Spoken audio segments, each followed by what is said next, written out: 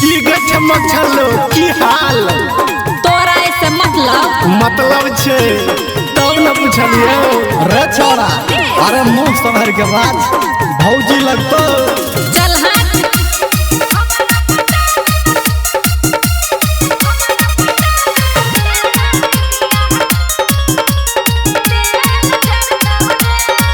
हेरे कनिया बनते हमर तोहर भौजी लगतो रे।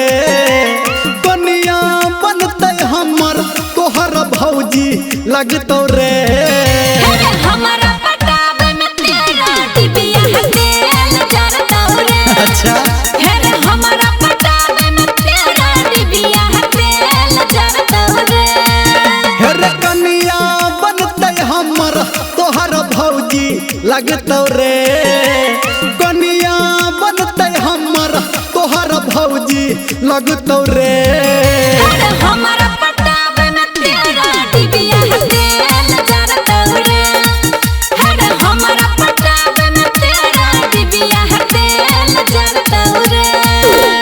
नहीं ना करो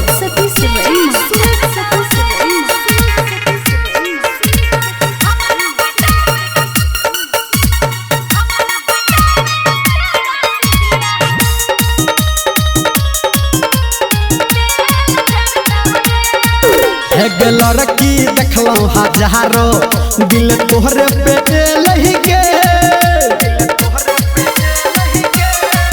हेरे तोरा जैसन कते कछरा एले गेलै रे।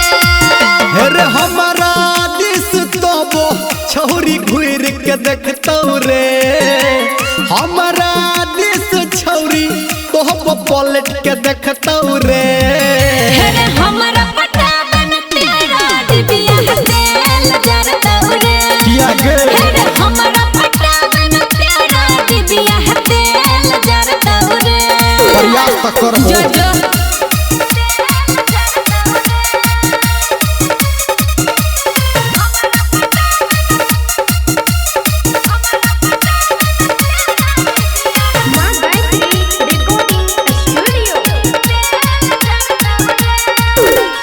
प्यार है तो गे गोरकी हम बियाहे करबौगे।